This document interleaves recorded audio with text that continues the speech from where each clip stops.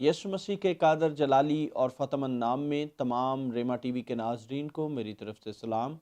میرا نام پاسٹر اجمل جان ہے اور میرا تعلق ریما چرچ شہادرہ لاہور سے ہے، اور آج ہم خداوند کے زندگی بخش کلام میں سے سیکھیں گے عورت کی نسل۔ آج کا جو میرا عنوان ہے بڑا ہی زبردست ہے، وہ ہے عورت کی نسل۔ اس سے پہلے کہ ہم خداوند کے زندگی بخش کلام کی باتوں کو سیکھیں، میری طرف سے، میرے خاندان کی طرف سے آپ سب کو، تمام دیکھنے والوں کو، تمام ریما ٹی وی کی ٹیم کو میری طرف سے بہت بہت کرسمس سیزن مبارک ہو۔ آئے ہم بڑھتے ہیں اپنی مرکزی آیت کی طرف۔ میرے ساتھ نکالیں گے پیدائش کی کتاب، اس کا 3 باب اور اس کی 15ویں آیت میں یوں مرقوم ہے: اور میں تیرے اور عورت کے درمیان اور تیری نسل اور عورت کی نسل کے درمیان عداوت ڈالوں گا، وہ تیرے سر کو کچلے گا اور تو اس کی ایڑی پر کاٹے گا۔ خداوند کے زندگی بخش کلام کے پڑھے سنے اور سنائے جانے پر اس کی خاص برکت ہو، آمین۔ آئے ہم اپنے سر کو جھکائیں اور دعا کریں۔ قادر مطلق جلالی خدا، میں تیرے حضور میں منت کرتا ہوں کہ خداوند آج کا کلام ہم سب کے لیے برکت کا باعث بنے، اور خداوند اس کرسمس سیزن میں خداوند ہم تیرے آمد کی خوشی کی تمام خداوند باتوں کو سیکھیں، اور خداوند یہ کرسمس ہمارے لیے برکت کا باعث بنے، اور جلال خدا باپ، خدا بیٹے، خدائے روح القدس کو ملے۔ مجھے بولنے کی توفیق عنایت کرنا تاکہ تیرے کلام کی سچائیوں کو ایمانداری سے تیرے لوگوں تک پہنچا سکوں، اور جلال خدا باپ، خدا بیٹے، خدائے روح القدس کو ملے، یسوع کے نام میں، آمین۔ آج ہم خداوند کے زندگی بخش کلام میں سے سیکھنے جا رہے ہیں عورت کی نسل کے بارے میں۔ کلام مقدس کا جو حصہ آج آپ کے سامنے تلاوت کیا گیا، اس میں کلام مقدس بیان کرتا ہے: میں تیرے اور عورت کے درمیان اور تیری نسل اور عورت کی نسل کے درمیان۔ یہاں پہ 2 نسلوں کے بارے میں بیان ہمیں ملتا ہے۔ یہاں پہ عورت کی نسل کا ذکر ملتا ہے۔ میں آپ سب کو بتانا چاہتا ہوں کہ ہمیشہ جو نسل ہے وہ مرد سے کاؤنٹ کی جاتی ہے، لیکن یہاں پر ہم دیکھیں گے کہ یہ جو عورت کی نسل ہے، یہ عورت کی نسل اصل میں کیا ہے اور یہ کس طرح سے وجود میں آئی، اور اس کے ساتھ ہم دیکھیں گے کہ گناہ کا موجد کون ہے، اور جو سانپ کی نسل ہے وہ کون سی ہے۔ ان سب باتوں کے بارے میں آج ہم سیکھیں گے۔ خدا نے آدم اور حوا کو پیدا کیا اور انہیں باغ عدن میں ایک مثالی ماحول میں رکھا۔ انہیں ہر طرح کی برکت، خوشی عنایت کی، تاکہ یہ خداوند کی تمام برکات کو لیتے ہوئے خداوند کی شکر گزاری کر سکیں۔ یہ واحد نسل تھی جس کو یہ شرف حاصل تھا کہ یہ باغ عدن کے تمام پھلوں کو کھا سکتے تھے، ماں سوائے نیک و بد کی پہچان کے پھل کے، جس کو کھانے کے بارے میں خدا نے حکم کیا تھا کہ اسے مت کھانا۔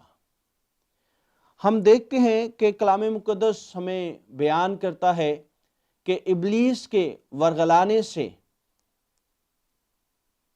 آدم اور حوا نے وہ پھل کھایا، اور ابلیس نے غلط بیانی کی اور کہا کہ تم یہ پھل جب کھاؤ گے تو تم مرو گے نہیں، بلکہ خدا کی مانند نیک و بد کی پہچان کے کرنے والے بن جاؤ گے۔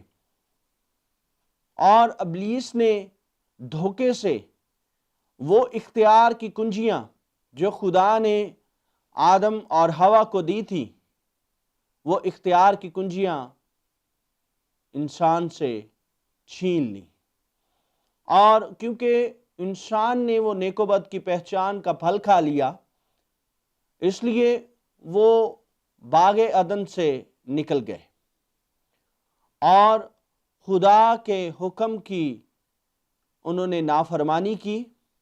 ہر طرح کی ناراستی گناہ ہے۔ جب خدا نے حکم کیا تھا تو جب انہوں نے حکم توڑا اس کی سزا بھی واجب ہے، اور ہم دیکھتے ہیں کہ انہیں سزا ملی اور انہیں باغ عدن میں سے نکال دیا گیا۔ باغ عدن میں سے نکالنے کے بعد انہیں خدا نے چمڑے کی لنگیاں بنا کر دیں، لیکن اسی پیسج میں ہم دیکھتے ہیں کہ خدا نے ان کی نجات کا بندوبست کیا، اور کلام کا متن وہ پہلی خوشخبری ہے جو بنی نوع انسان کے لیے مرتب ہوئی، جسے پیش کیا گیا کہ وہ تیرے سر کو کچلے گا اور تو اس کی ایڑی پر کاٹے گا۔ جو خدا نے بنی نوع انسان کو دی کہ عورت کی نسل ہی سے اس موذی سانپ یعنی شیطان کو کچلا جائے، اس کو کچلنے کے لیے عورت کی نسل کا انتخاب کیا گیا۔ اس کے ساتھ ان کے لیے چمڑے کے کرتے بھی فراہم کیے گئے تاکہ ان کی شرمندگی کو ڈھانکا جا سکے جو گناہ کا باعث تھی۔ آپ سب جانتے ہیں کہ گناہ کی مزدوری موت ہے۔ خداوند کا کلام فرماتا ہے کہ گناہ کی مزدوری موت ہے۔ جتنوں نے گناہ کیا وہ خدا کے جلال سے محروم ہے، اور جب انہوں نے گناہ کیا تو یہ خدا کے جلال سے محروم ہو گئے، اور انہیں وہ ساری برکتیں جو حاصل تھیں وہ گناہ کے باعث وہ جلال ان کی زندگیوں میں سے جاتا رہا، اور انہوں نے پھر توبہ کی اور خدا نے پھر ان کی نجات کا بندوبست کیا۔ یہاں پہ ہمیں یہ جو چمڑے کا لباس ان کو دیا گیا، یہ یسوع مسیح کی مصلوبیت کو بھی پیش کرتا ہے کہ یہاں پہ جس طرح سے برے کو ذبح کیا گیا اور اس کی لنگیاں بنائی گئی، اسی طرح سے یسوع مسیح کو مصلوب کیا گیا، اور یسوع مسیح نے تمام بنی نوع انسان کی جو نجاست تھی، گناہ تھے، ان کو ڈھانک دیا۔ اور یوحنا اس کے بارے میں کہتا ہے کہ دیکھو یہ خدا کا برہ ہے جو جہان کے گناہ اٹھا لیے جاتا ہے۔ آج ہم کرسمس کے موقع پر عورت کی نسل کو دیکھیں گے کہ عورت کی نسل جو ہے وہ عہد عتیق اور عہد جدید میں ان کا کیا بیان کیا گیا ہے اور کس طرح سے اسے پیش کیا گیا ہے۔ اس سے پہلے کہ ہم عورت کی نسل کے بارے میں جانیں، ہم سانپ کی نسل کے بارے میں دیکھتے ہیں۔ میرے ساتھ نکالیں گے دوسرا کرنتھیوں اس کا 4 باب اور اس کی 4 آیت ہمیں کیا سکھاتی ہے۔ خداوند کے زندگی بخش کلام میں یوں مرقوم ہے، یعنی ان بے ایمانوں کے واسطے جن کی عقلوں کو اس جہان کے خدا نے اندھا کر دیا ہے، تاکہ مسیح جو خدا کی صورت پر ہے اس کے جلال کی خوشخبری کی روشنی ان پر نہ پڑے۔ اصل میں یہ جو سانپ ہے اور یہ جو سانپ کی نسل ہے، یہ شیطان کی نسل ہے۔ شیطان اصل میں ہے کیا؟ شیطان ایک فرشتہ تھا، اور یہ فرشتوں کی نمائندگی کرنے والا تھا، اور اسے پرستش کا فرشتہ بھی کہتے تھے۔ یہ پرستش خدا کے حضور میں لے جایا کرتا تھا۔ اس کا بدن خوبصورت سازوں سے سجایا گیا تھا، اور یہ ہر وقت خدا کے حضور میں ٹھہرا رہتا تھا اور خدا کی عبادت اور پرستش کیا کرتا تھا۔ لیکن اس نے بغاوت کی، آسمان پر بغاوت ہوئی، اور بغاوت کی وجہ سے 1/3 جو فرشتے ہیں ان کو آسمان سے گرا دیا گیا، جو اب شیطان اور اس کے فرزند کہلاتے ہیں۔ یہ وہ تھے جنہوں نے بغاوت کی، اور ابلیس جو شیطان ہے اس کے دل میں تھا کہ وہ خدا کے تخت سے اوپر تخت بنائے گا۔ یہ وہ فرشتہ ہے جو نافرمان فرشتہ تھا، اور نافرمانی کے سبب سے یہ آسمان سے گرا دیا گیا۔ اور ابھی جو حوالہ آپ کے سامنے تلاوت کیا گیا ہے، اس میں بڑی ہی وضاحت کے ساتھ اس کے بارے میں بتایا گیا ہے، یعنی ان بے ایمانوں کے واسطے جن کی عقلوں کو اس جہان کے خدا نے اندھا کر دیا ہے۔ یعنی کہ اس جہان کا خدا وہ خدا ہے جو آسمان سے گرایا گیا، وہ فرشتہ جس کا یہ مقصد تھا کہ وہ خدا کے تخت سے اوپر تخت بنائے، اسے اس جہان کا خدا بھی کہا جاتا ہے۔ اور جتنے لوگ بھی نافرمانی کرتے ہیں اور خدا کے کلام کے مطابق نہیں چلتے، وہ اس جہان کے خدا کے فرزند ہیں، اور کلام مقدس انہیں اس جہان کے خدا کا فرزند بتاتے ہیں۔ خداوند کے کلام میں ہمیں ملتا ہے تاکہ مسیح جو خدا کی صورت پر ہے اس کے جلال کی خوشخبری کی روشنی ان پر نہ پڑے۔ خدا کے جلال کی روشنی سے محروم کرنے کے لیے یہ لوگوں کو ورگلاتا ہے تاکہ وہ خدا کے جلال سے محروم رہیں۔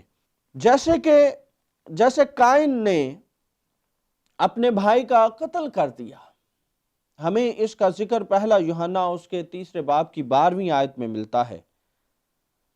اور جتنے بھی فرزند شیطان کے بنتے ہیں وہ کاموں کی بدولت سے بنتے ہیں۔ جتنے گناہ کے کام کرتے ہیں، جتنے تاریکی کے کام کرتے ہیں، وہ ابلیس سے ہیں۔ خداوند کا کلام فرماتا ہے کہ وہ اس کی نسل سے ہیں۔ سانپ کی نسل شیطان اور اس کے پیروکار ہیں۔ اب ہم غور کریں گے عورت کی نسل پر۔ عورت کی نسل سے کیا مراد ہے؟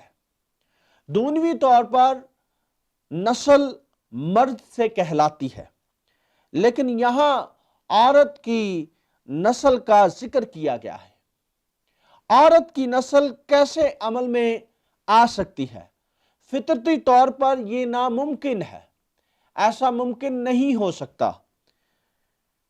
اس کے لیے معجزہ درکار ہے۔ عام طور پر مرد اور عورت کے ملاپ سے خاندان برکت پاتا ہے اور خدا اولاد بخشتا ہے۔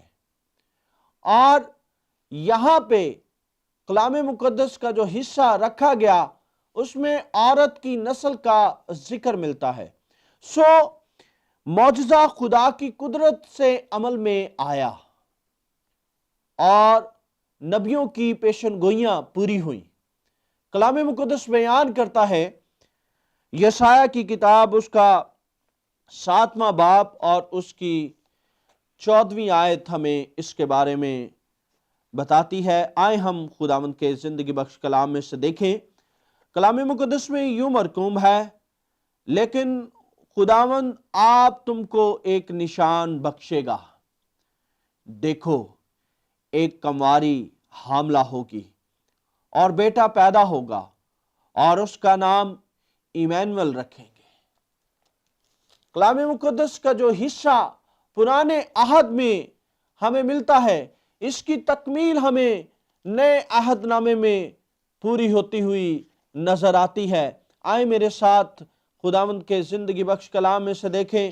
کلام مقدس بیان کرتا ہے متی کی انجیل میں کہ کس طرح سے ایک کنواری جو ہے وہ حاملہ ہوئی اور خدا کا پیغام ایک کنواری کے پاس پہنچا، اور کس طرح سے خدا نے اس اپنے پیغام کو پورا کیا۔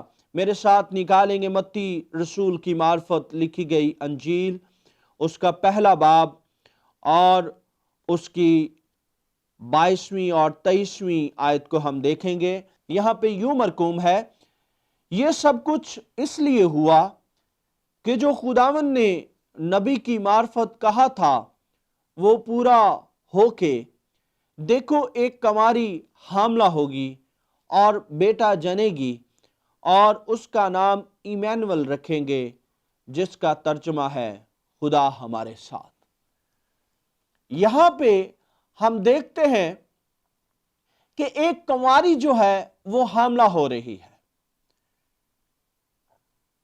اور یہ ایک معجزہ ہے جس کو دنیا مانتی ہے۔ تمام مذاہب اس پر اتفاق کرتے ہیں کہ ایک کنواری جو ہے وہ حاملہ ہوئی ہے اور بیٹا جنا ہے، اور وہ میرا اور آپ کا یسوع ہے، جسے دنیا ایمینول کے نام سے جانتی ہے، جس کا ترجمہ ہے خدا ہمارے ساتھ۔ یہ عورت کی نسل جو ہے یہ خدا کی معجزانہ قدرت کی بدولت وجود میں آئی۔ اگر ہم آدم پہ غور کریں تو آدم بغیر ماں باپ کے پیدا ہوا۔ اگر ہم یسوع مسیح پر غور کریں تو یسوع مسیح بغیر باپ کے اس دنیا میں تشریف لائے، اور عورت کی نسل سے کہلانے والے بنے۔ خداوند یسوع مسیح ہی ہے جو عورت کی نسل سے کہلاتے ہیں، جنہوں نے باپ کے تخم سے نہیں بلکہ خدا کی قدرت سے پیدائش پائی۔ عورت کی نسل کیسے ممکن ہوگی؟ عورت کی نسل تو فطری طور پہ ناممکن ہے، جیسے ابھی میں نے ذکر بھی کیا کہ ایسا ممکن نہیں ہے کہ ایک جو بچہ ہے وہ بغیر باپ کے پیدا ہو، لیکن یہ قدرت خدا کی قدرت ہے جو معجزانہ طور پر اس نے ایک کنواری کو حاملہ کیا، اور پاک روح کی قدرت ٹھہری اور یسوع مسیح اس دنیا میں آ گئے۔ ہم دیکھتے ہیں کہ جب اس کنواری نے فرشتے سے سوال کیا کہ یہ کیسے ممکن ہے، یہ کیسے ہوگا کہ جب کہ میں مرد کو نہیں جانتی، تو فرشتے نے کہا کہ خدا تعالیٰ کی قدرت تجھ پر سایہ ڈالے گی اور تو مرد کو جانے بغیر اس نسل کو پیدا کرے گی۔ اور یہ کوئی عام بات نہیں تھی۔ یسوع مسیح کے کنواری سے پیدا ہونے کے تعلق سے عہد عتیق میں بہت ساری پیشن گوئیاں کی گئیں، اور ان کا ذکر ہمیں نئے عہد کے خطوط میں بھی ملتا ہے۔